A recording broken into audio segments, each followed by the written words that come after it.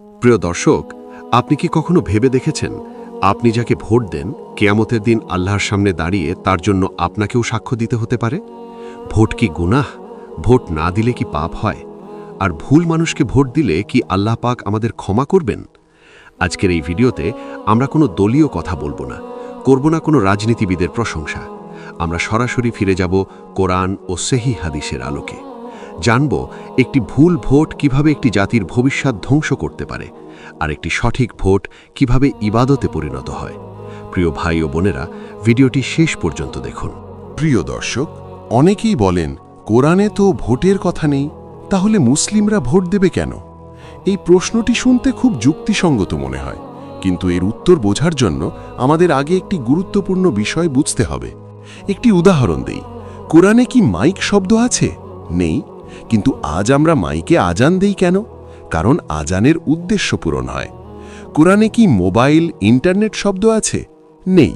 তাহলে কি এগুলো হারাম? না, যতক্ষণ তা ইসলামের নীতির বিরুদ্ধে না যায়।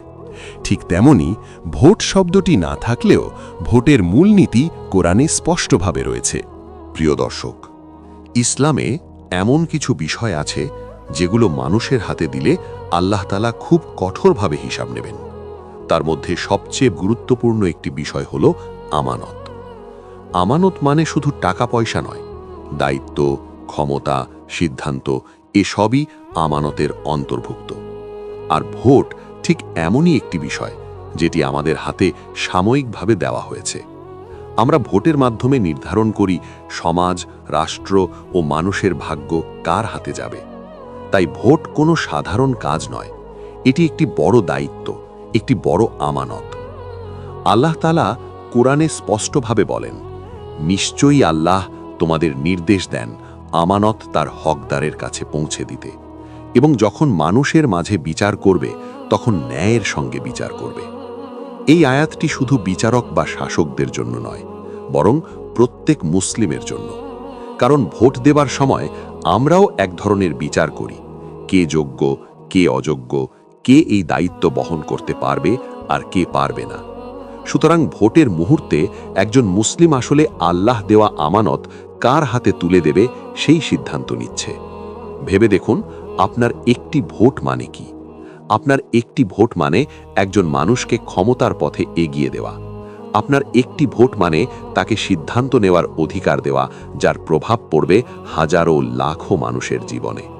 তাই আপনার ভোট হলো ক্ষমতা হস্তান্তরের চাবিকাঠি। এই আমানত যদি ভুল হাতে যায়, তার দায় শুধু সেই নেতার নয়, দায় ভোটদাতারও আছে। এখন প্রশ্ন আসে, এই আমানত যদি সঠিক জায়গায় না দেওয়া হয় তাহলে কি হবে? আল্লাহ তাআলা বলেন, হে মুমিনগণ, তোমরা আল্লাহ ও রাসূলের সঙ্গে খেয়ানত করো না, এবং জেনে শুনে নিজেদের আমানতের সঙ্গেও খেয়ানত করো না। অর্থাৎ জেনে শুনে যদি কেউ অযোগ্য, দুর্নীতিবাজ বা জালিম ব্যক্তিকে ভোট দেয়, তাহলে সে শুধু রাজনৈতিক ভুল করছে না, সে আল্লাহ দেওয়া আমানতের খেয়ানত করছে। আর আমানতের খেয়ানত ঈমানের জন্য ভয়াবহ হুমকি। ধরুন, একজন মানুষ জানে এই প্রার্থী দুর্নীতিবাজ, এই ব্যক্তি ক্ষমতায় গেলে জুলুম করবে, তবু সে টাকা, ভয় বা দলীয় অন্ধত্বের কারণে তাকে ভোট দিল। এই ভোট কোনো নিরীহ সিদ্ধান্ত নয়। কিয়ামতের দিন আল্লাহ প্রশ্ন করবেন, তুমি জেনে শুনে কেন আমার বান্দাদের উপর জালিমকে চাপিয়ে দিলে? এই প্রশ্নের জবাব দেওয়া কি সহজ হবে? অন্যদিকে যদি একজন মুসলিম আল্লাহকে ভয় করে, সমাজের কল্যাণ চিন্তা করে, সৎ ও যোগ্য ব্যক্তিকে বেছে নেয়, তাহলে সেই ভোট একটি ইবাদতে পরিণত হয়। কারণ আমানত সঠিক জায়গায় পৌঁছে দেওয়া নিজেই একটি বড় নেক আমল। নিয়ত যদি আল্লাহ সন্তুষ্টির জন্য হয়, তাহলে একটি সিল মারাও ইবাদত হয়ে যায়।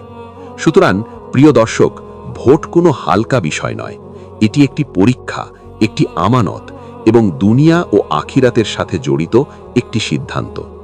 আল্লাহ আমাদের সবাইকে এই আমানত সঠিকভাবে আদায় করার তৌফিক দান করুন, যেন আমরা কিয়ামতের দিন লজ্জিত না হই। কিয়ামতের দিন আল্লাহ তাআলা আমাদের জিজ্ঞেস করবেন না আমরা কোন দলে ছিলাম, কাকে সমর্থন করেছিলাম বা কে জিতেছিল। তিনি জিজ্ঞেস করবেন আমরা তার দেওয়া আমানতের সাথে কি আচরণ করেছি। আমরা কি জেনে শুনে জালিমের পক্ষে দাঁড়িয়েছি নাকি ন্যায়ের পক্ষে সাক্ষ্য দিয়েছি?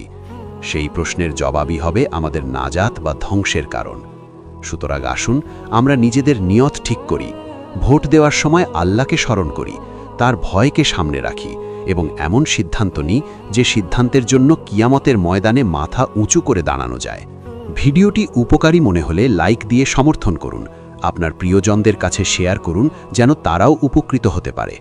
এমন আরও গুরুত্বপূর্ণ ইসলামিক আলোচনা পেতে আমাদের চ্যানেলটি সাবস্ক্রাইব করুন এবং পাশে থাকা বেল আইকনে ক্লিক করতে ভুলবেন না।